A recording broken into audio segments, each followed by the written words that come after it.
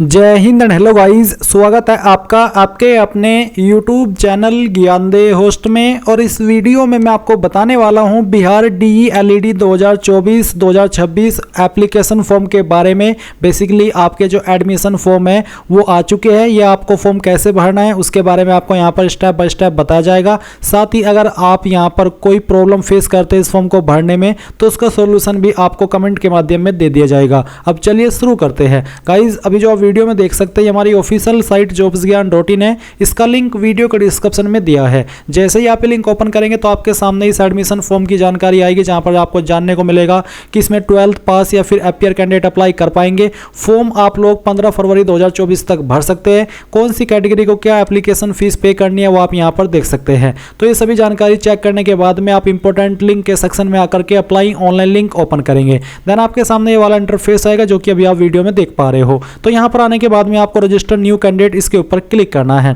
इसके ऊपर क्लिक करने के बाद में यहाँ पर आपको आपका नाम एंटर करना है। ये नाम आपका 10th के सर्टिफिकेट के अकॉर्डिंग होना चाहिए। तो आप यहाँ पर आपका नाम एंटर कीजिए और पूरा नाम आपको यहाँ पर एंटर करना होगा। एंड देन आपको आपके नाम को दोबारा डाल करके वेरीफाई कर देना है।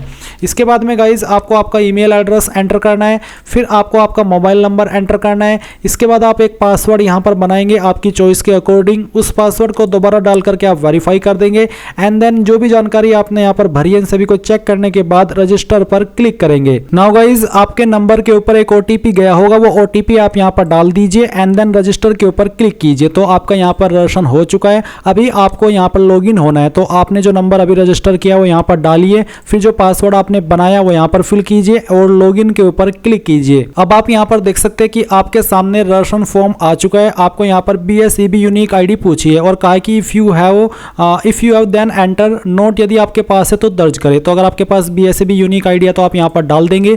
इसके बाद में यहाँ पर आपकी जो डिस्ट्रिक्ट है जिसके लिए आप अप्लाई कर रहे हैं वो डिस्ट्रिक्ट आप यहाँ पर सिलेक्ट कर लीजिए। नेशनलिटी आपकी इंडियन रहेगी, आपका नाम यहाँ पर दिया है। फिर आपको आपका जो मदर नेम है वो एंटर करना है। मदर नेम को दोबारा डाल करके वेरीफाई करना है। फादर नेम डालना है, दोबारा फादर नेम डाल करके वेरीफाई कर देना है। इसके बाद आप यहाँ पर आएंगे और देखेंगे डेट ऑफ बर्थ। तो आपको कैलेंडर के ऊपर क्लिक करके जो भी आपकी DOB है वो आपको सेलेक्ट करनी होगी। तो पहले यहाँ पर जो भी आपका ईयर है वो आपको सेलेक्ट करना है, फिर यहाँ से मंथ और उसके बाद में डे।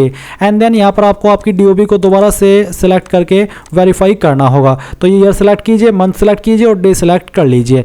इसके बाद में यहाँ पर गाइज जेंडर आपको आपका सेलेक्ट कर लेना है। जेंडर को दोबारा डाल करके सिलेक्ट कर लेना है।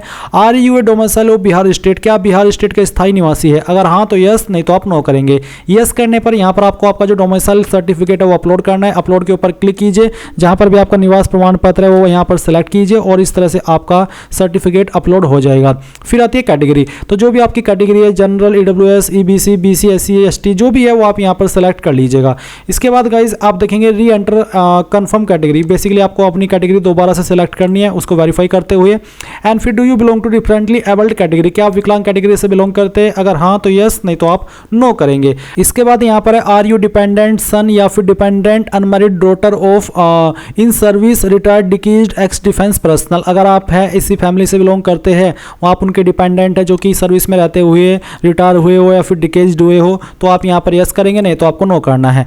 इसके बाद में आप इसको दोबारा सेलेक्ट करके वेरीफाई कर दीजिए। Have you studied Urdu subject at 10+2 level, क्या आपने उर्दू सब्जेक्ट 12वीं लेवल पर पढ़ा है? अगर हाँ तो यस, नहीं तो आप नो करेंगे। जो भी आपका स्टेटस है वो आप यहाँ पर उसके अकॉर्डिंग आंसर कीजिए। मैं इसमें अपनी तरफ से कुछ ऐड नहीं कर सकता, ये आप ही को बताना कि आपने 12वीं के अंदर वन ऑफ सब्जेक्ट उर्दू पढ़ा है या फिर नहीं पढ़ा है। अगर पढ़ा है तो यस कर दीजिएगा। फिर आता है फैकल्टी, साइंस, आर्ट्स, कॉमर्स। आपने आपकी 12वीं किससे की है? साइंस से, आर्ट्स से या फिर कॉमर्स से, जिससे भी किया है वही सेलेक्ट कर लीजिए। एंड इसको दोबारा सेलेक्ट करके वेरीफाई कर दीजिए। वेदर इंटरमीडिएट एग्जाम पास, क्या आपने 12वीं पास कर लिया? अगर हाँ तो यस, नहीं तो आप नो करेंगे। यस करने पर आपको यहाँ पर अतिरिक्त जानकारी देनी है। तो यहाँ पर गाइज आपको सबसे पहले 10th की इन्फॉर्मेशन देनी है। 10th आपने किस बोर्ड से किया है उस बोर्ड का नाम आपको यहाँ पर एंटर करना होगा। ये एंटर करने के बाद में आपका रोल कोड क्या है वो आप यहाँ पर डाल दीजिए। अगर आपका रोल कोड एप्लीकेबल आपके ऊपर नहीं होता तो आप यहाँ पर NA लिख दीजिए, यानी कि नॉट एप्लीकेबल। फिर जो आपका रोल नंबर है वो आपको यहाँ पर एंटर करना है। मैंने यहाँ पर UP बोर्ड से किया इसलिए रोल कोड इसमें नहीं होता, मैं यहाँ पर NA लिख रहा हूँ। फिर आता है पासिंग ईयर, किस साल के अंदर आपने आपकी 10वीं पास कर ली थी वो साल आप यहाँ पर सिलेक्ट कर लीजिए। फिर कितने नंबर आपको आए थे वो यहाँ पर डालिए और इसके बाद में आप यहाँ पर देखेंगे डिवीजन। तो आपकी डिवीजन क्या आती है? फर्स्ट, सेकंड, थर्ड, वो आप सिलेक्ट कर लीजिए। जिनके 60+ % होते हैं वो फर्स्ट डिवीजन के अंदर आते हैं, जिनके 45 से लेकर के 59 के बीच में होते हैं वो सेकंड सेकंड, और जिनके 33 से लेकर के 45 के बीच में परसेंटेज होते हैं वो थर्ड डिवीजन के अंदर आते हैं। परसेंटेज आपकी कितनी थी वो आप यहाँ पर डाल दीजिए। इसके बाद में जो आपका 10th का सर्टिफिकेट है या फिर मार्कशीट है वो आप यहाँ पर अपलोड कर दीजिए। फाइल सेलेक्ट कीजिए और यहाँ से ओपन कर दीजिए, तो आपका डॉक्यूमेंट इस तरह से अपलोड हो जाएगा। सेम वे में आप यहाँ पर आपकी 12वीं की जानकारी भरेंगे, जिसमें कि आपको बोर्ड का नाम बताना है, रोल कोड बताना है, नहीं है तो NA लिख दीजिए। एंड उसके बाद में जो आपका 12वीं का रोल नंबर है वो भी आपको यहाँ पर एंटर करना होगा। तो चलिए हम यहाँ पर इसको एंटर कर देते हैं। एंड देन फिर आपको पासिंग ईयर बताना कि किस साल के अंदर आपने आपकी जो 12वीं है वो पास कर ली थी, और फिर आपको यहाँ पर कितने नंबर आपको आए थे वो एंटर करना है। एंड देन आपको आपकी डिवीज़न सेलेक्ट कर लेनी है, और इसके बाद में आपकी जो परसेंटेज है वो कितनी थी वो डाल देना है, और 12वीं का सर्टिफिकेट भी आपको यहाँ पर अपलोड कर देना है। इसके बाद गाइज आप यहाँ पर नीचे आएंगे और आप अपने एड्रेस की इन्फॉर्मेशन देंगे, जहाँ पर आपको आपका परमानेंट एड्रेस फिल करना है। तो जो भी आपका परमानेंट एड्रेस है वो आप यहाँ पर भरेंगे। डिस्ट्रिक्ट का आपका जो भी नाम है वो आप यहाँ पर डाल दीजिए। मैं ये एड्रेस डेमो के लिए भर रहा हूँ, आप आपका रियल परमानेंट एड्रेस भरेंगे।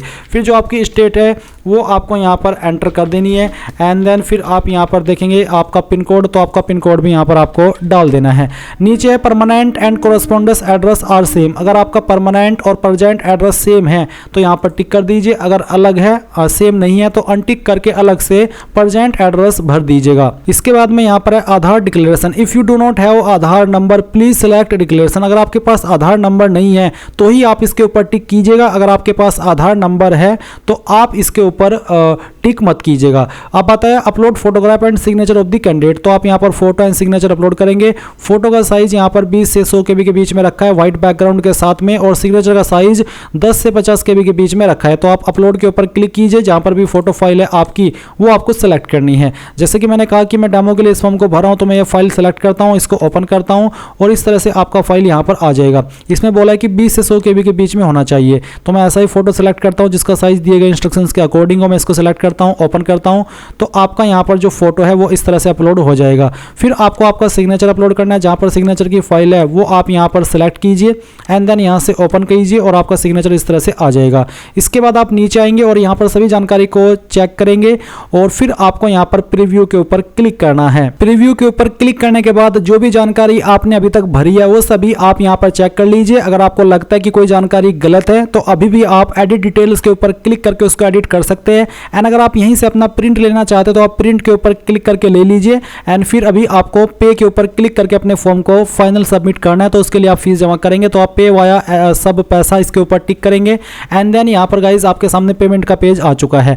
आप अपनी एप्लीकेशन फीस, कार्ड, UPI और फिर आपका जो अन्य ऑप्शन है वो भी यहाँ पर आपको दिए है। तो किसी भी माध्यम से इनमें से आप अपनी फीस जमा कर दीजिए। जैसे ही आपकी फीस जमा हो जाएगी तो आपका फॉर्म फाइनल सबमिट हो जाएगा, और उसके बाद आप अपने फॉर्म का फाइनल प्रिंट आउट ले लीजिएगा। तो इस तरह से गाइज आप लोग Bihar DELED admission online form 2024-2026 को भर पाएंगे।